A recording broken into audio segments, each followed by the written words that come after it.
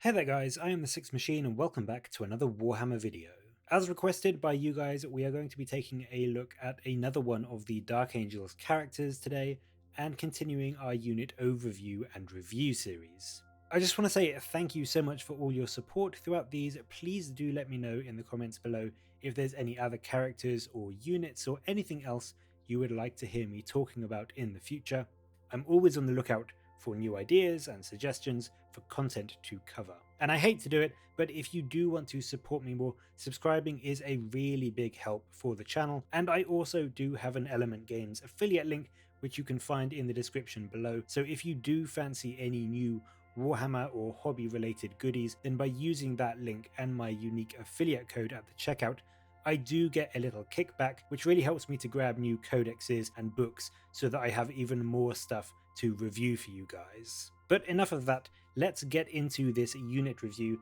and as asked for, today we are going to be covering the Supreme Grand Master of the Dark Angels himself, Azrael. As always, we're going to be taking a look at his stat line and abilities, and then diving into how he performs both offensively and defensively before we try to come to a decision about whether you should be bringing him in your Dark Angels lists. So straight off, he is a pricey boy. He comes in at 170 points, which is quite a lot, but also it is within the realm of other Space Marine chapter masters. Dante of the Blood Angels is 175, and Logan Grimnar is 155, so he isn't an outlier by any means. And of course, being a chapter master, he does come with some very strong rules to back up this cost. It does just pay to be aware that bringing him even in 2k games is going to take up a decent chunk of your points limit. With a very solid non-Primaris stat line of movement 6, weapon and ballistic skill 2+, strength toughness 4,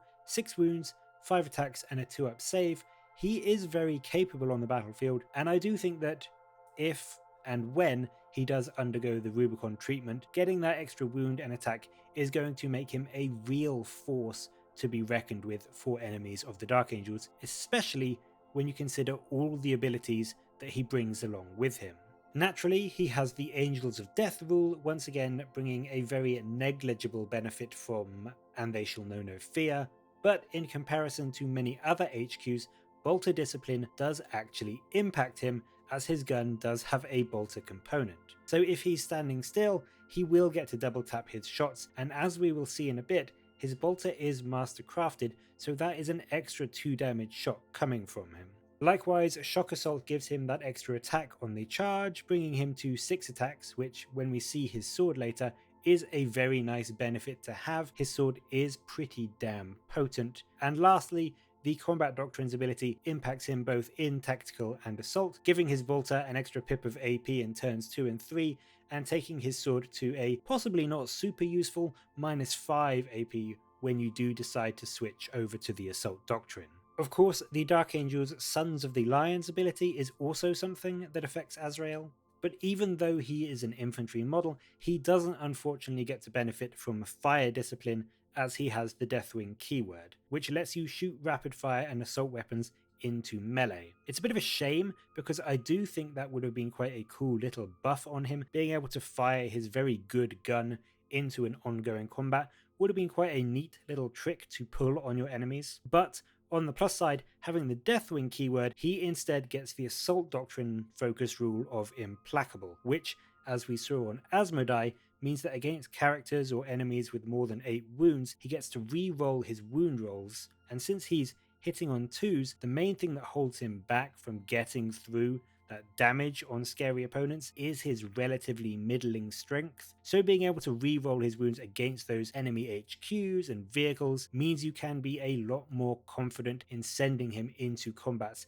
against those kind of units, and still reliably get a good number of wounds through. So I do think that this is a very, very powerful buff for Azrael, and definitely one which will almost skyrocket his damage potential when you do get into the Assault Doctrine. As a chapter master, Azrael comes with the standard rules that have appeared across other Marine equivalents, and the appropriately named chapter master rule lets him choose a friendly Dark Angel core or character unit within 6 inches in the command phase, and give it full rerolls to hit. This is a huge buff, which was rightly nerfed in the transition from 8th to 9th, but it is still one of the best abilities in the game that you can give a unit and will really exponentially increase the output of whichever squad you put it on. And of course, alongside this, like a regular captain or master, he does have the Rights of Battle ability, granting reroll 1s to hit in a more generic bubble of 6 inches to all core units. So even if you have multiple squads around him,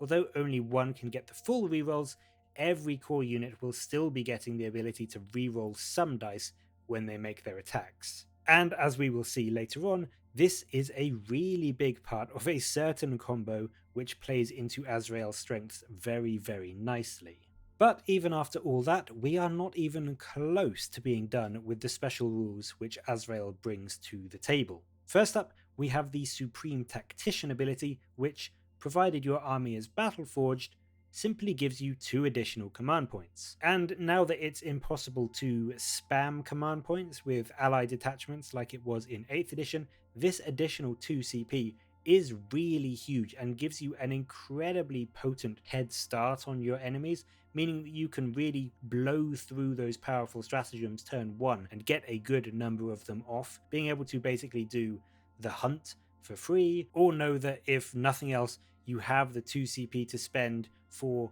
Weapons of the Dark Age. It's incredibly potent to just have that reassurance and have that backup, and arguably I would say getting additional CP straight off the bat is one of the best force multiplying abilities in the game right now. He also brings along a Watcher in the Dark included in his cost, and what this is a small little hooded character which basically gives you a one-use Deny the Witch. If you aren't bringing any librarians, or to be honest, even if you are, having that extra ability to deny can be really handy in stopping your opponent getting through that clutch guide or doom or warp time. And as a tiny little fluff bonus, if your opponent is a chaos psyker, you can re-roll the deny attempt. It's not one of those things which will always come into play in a game, but considering the Watcher is usually a 5-point upgrade, you can pretty much just think of this as a nice little just in case addition to Azrael's profile. The last few abilities that Azrael brings to the table tie in very nicely to his durability.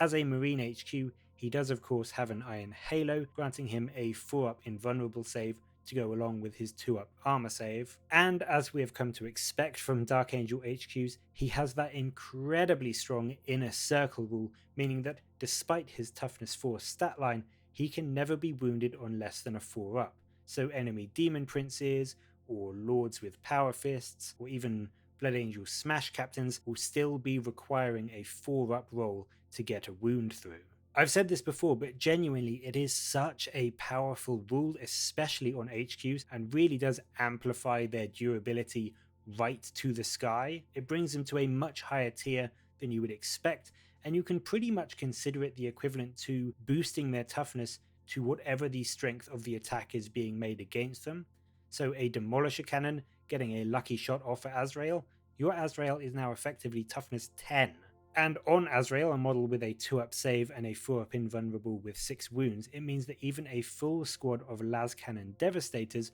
only put on average 2 or 3 wounds through to him, and that's before you even consider the fact that as a model with less than 10 wounds, he can very nicely hide in a big squad of infantry so they can take the shots for him. It really does mean that trying to put Azrael down before he manages to reach combat is going to be almost an impossible task for your opponent to do. The last part of Azrael's abilities and durability doesn't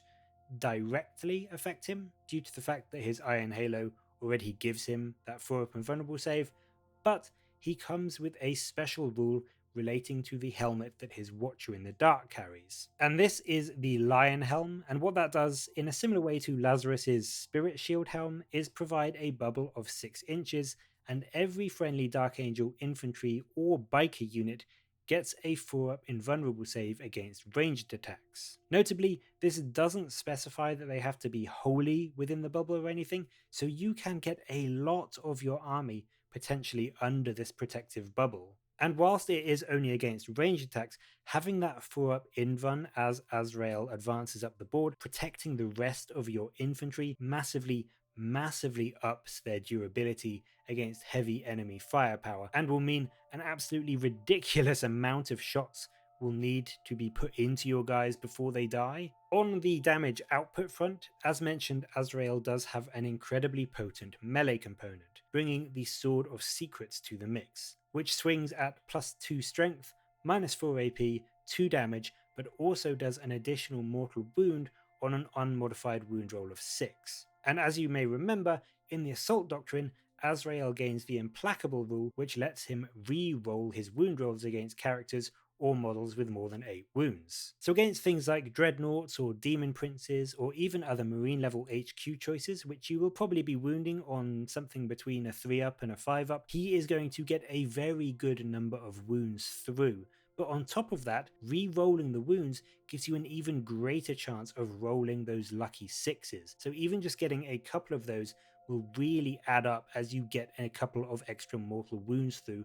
on top of your normal damage. And against things like Marines and Intercessors, his +2 strength, -4 AP and 2 damage is just tailor-made for melting through those, with any mortal wounds just a nice bit of gravy on top. He is overall a very strong melee combatant who can quite easily go through squads, as well as, especially in the Assault Doctrine, perform well against tougher enemies or vehicles or monsters, or even things like Blade Guard veterans and Thunderhammer Stormshield Terminators with their invulnerable saves. Pretty much as long as he has some support, Azrael can make a very reasonable pass in melee against almost any type of enemy he may find across the board from him. But when you consider his damage output, he is, unlike most other Marine HQs, also very well equipped from a ranged perspective. His custom weapon, the Lion's Wrath, is essentially a souped up combi plasma with both parts upgraded. The bolt gun comes in at rapid fire 1, strength 4,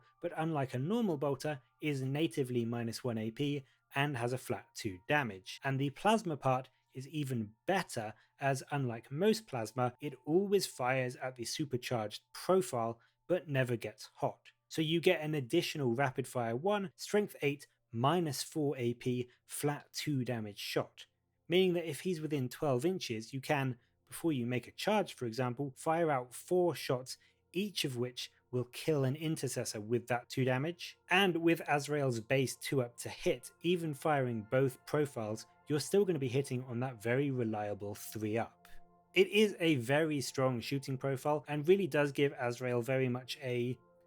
good at everything feel about his overall rule set. Sure, he may not be quite as punchy in melee as perhaps Dante or Logan, or perhaps not quite as shooty as some ranged focus HQs, but between all of his abilities and skills, he's honestly one of the best force multiplying units I think there is in the game, granting extra command points, buffing the damage and survivability of the units around him, as well as providing some genuinely solid ranged and melee to your force himself. He can just do a little bit of everything. If you bring Azrael as your Warlord, he automatically takes the Brilliant Strategist Warlord trait, which again pushes him into the role as an incredibly strong buffer and force multiplying character, letting you choose a unit within 6 inches and roll them back a doctrine so they can potentially choose to stay in Tactical Doctrine for 3 rounds if they want. And with the Green Wing units, you are likely to be moving up the board with Azrael to keep in his bubble. That means that they can get an extra shot or 2 into combat with their fire discipline rule if you feel that's better than advancing into the Assault Doctrine for the extra -1 AP in melee. It's once again a very solid Warlord trait that doesn't make Azrael himself some super terrifying force of destruction, but will allow him to really ramp up the combat potential of your overall force. In terms of the stratagems that you might consider using on him, there are a few standouts. Tactical Appraisal allows you to get into the Assault Doctrine on either turn 1 or turn 2, probably more useful on turn 2, but if you do get that very early charge off, or an enemy manages to charge you, it does mean that Azrael can be benefiting from that Implacable rule straight away for a round of combat and give him those re-rolls to wound. Likewise, Only in Death Does Duty End is incredibly good on Azrael, meaning that if your opponent does manage to get a charge off and kill him before he gets to fight, you can spend those 2 command points, which also remember, he brings to your list anyway, so you can in actual fact consider this pretty much a free use of that stratagem, but then he can swing back and get his 6 attacks into your enemy, hopefully at the very least taking them down with him before he's slain. And of course, there is also weapons from the Dark Age, which he can make use of with his plasma. It's not the most useful thing to use on him, and although it will potentially let you do 6 damage with his gun, it's probably better to use that on something, say, a squad of Black Knights or a squad of 10 Hellblasters. And on that note, what kind of things could you put into that little bubble to accompany Azrael? Oh, wouldn't it be nice if 10 Hellblasters had a 4-up invulnerable save against shooting and could get full rerolls to hit, as well as having a really potent anti-charge character to protect them against enemy melee units? Funny that's almost exactly what Azrael can do. And yes, one of the best and what used to be cheesiest combos in the entire game is Azrael, a squad or even 2 of Hellblasters, supported by an Ancient and an Apothecary, giving you an incredibly accurate damaging firepower in the Hellblasters with their rerolls to hit, and that extra 6-up Feel No Pain protection from the Apothecary, in addition to the 4-up invulnerable that Azrael is giving them. And then if they do die, they can potentially shoot before you remove them thanks to the Ancient, and then in your next turn possibly get resurrected by your Apothecary. It really is a disgustingly strong combination of forces, and moving it up together can pretty much let you delete any target that you point them at. With 3 characters and a squad or 2 of Hellblasters, yes, it is incredibly expensive, it's definitely a Death Star, but even if you go for, say, Assault Intercessors with the slightly weaker guns, that's 30 shots, putting over 17 wounds on a knight with weapons from the Dark Age, and against toughness 7 targets like Redemptive Dreadnoughts, getting through some 40 odd wounds, while still having that pure weight of fire to melt through Terminators or Lich Guard or even hordes of enemies. It's a bit slow, and in 9th edition it definitely doesn't have the same pure game-winning potential as I think it did in 8th edition, but it's still a very strong, very valid strategy for the Dark Angel players who want to bring Azrael in their lists. So there we go, Supreme Grand Master Azrael of the Dark Angels. I honestly think he's got a fantastic rule set, and while some people may not like him due to the fact that he dips into a variety of areas rather than just doubling down on being incredibly Killian melee or incredibly shooty, and that might make you think you're wasting points on various aspects of his profile and stat line, but to be honest, for me, his real worth is that customizability and that ability to adapt and improve your force and act as a force multiplier. The pure range of buffs that he brings to your lists, the fact that he can shoot and fight relatively well, really is just why he is worth, in my opinion, those 170 points. I would love him to get a new model, and I think that will obviously mean that he becomes a Primaris, but I would be okay with that, to be honest. I do hope, though, that if they do upgrade him, they keep him as this relatively middle of the road, more strategic mastermind style HQ, instead of the pure out and out slaughterhouse HQs that you might see with, say, Logan Grimnar. But what do you think of Azrael? Have you used him in any games of 9th edition yet? And if so, how did he perform for you? I'd love to know some of your tactics and strategies for using him, and whether you are bringing the Hellblaster Death Star, or if you think that in 9th edition that really isn't as useful as it once was. Thanks again for watching. I really do appreciate all of your support and comments, and as I said at the beginning, please do let me know any other characters or units you would like to see me review. But until next time, I will catch you later, guys.